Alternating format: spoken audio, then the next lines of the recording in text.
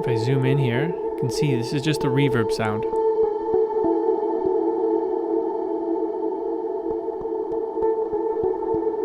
How to create atmospheric pad sounds for pop music. I'm working on a kind of indie alternative pop song right now, and it has a lot of these atmospheric pad sounds that just provide so much depth to the song.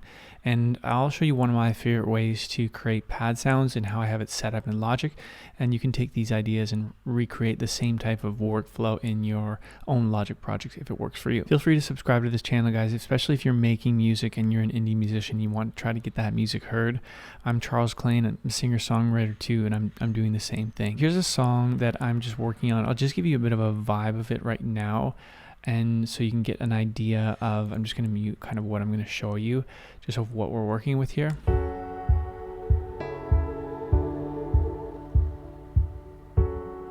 So keys definitely being a main element, but just lots of atmospherics happening, going on that provide a lot of depth to the song. And this is a huge thing to do in pop music. So how I like to do it is I take an instrument or a piece of my song, whether that's like a guitar or piano or something that's musical.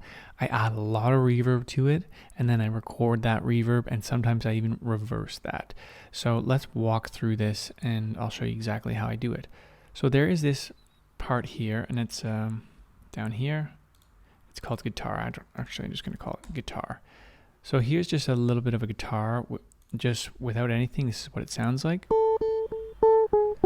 Not much happening, right? But we're going to make a pad sound out of this. So what I have set up in Logic is a bus channel called Pad Effects.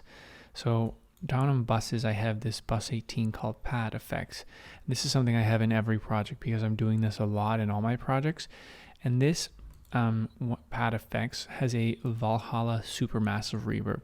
This is actually a free plugin. You can put any reverb you want on this bus output. I like the Supermassive because they are super massive reverbs. Also usually add an EQ on this as well, and just kind of narrow in on where I want the reverb to sit, somewhere like in here. And then you would bus out 100% of the signal. So you can go up and just drag to 0. A quick way to do that also is just going Option click, and that will send everything on this channel to the Pad Effects channel. So all the signal is going to this Valhalla Supermassive and then this EQ. Now once the sound is going there, then we need to reroute the sound into another bus output. So down here you can see that it's not going to stereo out like you would usually see probably on your track. When you have a bus, it would be like stereo output, right? And typically a bus goes to the stereo output, but you can also route a bus to another bus output. So we're going to route that to another bus that I have hard-coded into a template, and that's pad record, which is bus 19.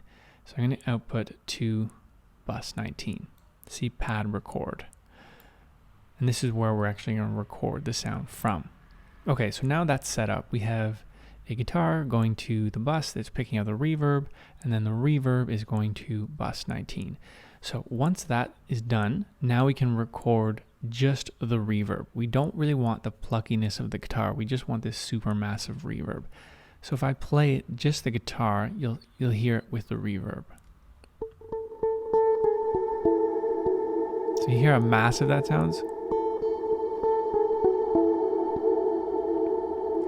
So we want, see, it's still going as I talk over just because it's super massive. We want just the sound of that reverb, not necessarily the pluckiness of the guitar. So we just want to record the bus output. So how we're going to do that is now, since we have the routing there, like I was saying, we go to track, new audio track, and then we can say guitar pad. We need to go to our guitar pad input. So we go over to input. Instead of input 1, we want this to actually be bus 19. So go click bus 19. So now the whole flow you can see is we have a guitar track here. It's going to bus 18. So I'm clicking it. This is bus 18, right? It's going to bus 18. It's picking up the reverb, and then this reverb with the EQ is going to bus 19. So that's what's happening. This track is picking up anything that's going into bus 19. So now I can arm this track, and I just have to press record, and it's just going to record the reverb, nothing else.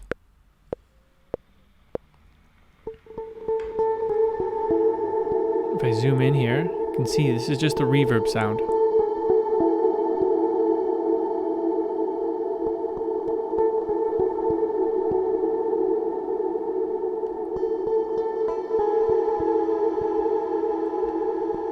So I'm just going to stop it there, but you can go on, obviously.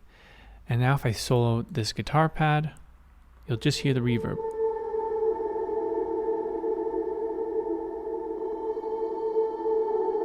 Now you can still hear the guitar, but it's very hardly noticeable just because you're only recording the reverb. And that's a guitar pad. We can use that right away, and because once it's lowered in the mix, it's hardly noticeable. A couple things where you can take this even further is you can go to this track now and you can put an EQ on it, and maybe over time, like you can automate maybe filtering the signal a bit. Like opening the filter a little bit here and there to add some dynamic.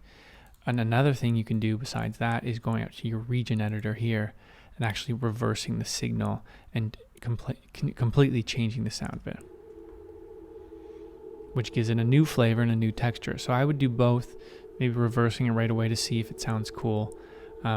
This does sound really cool, actually.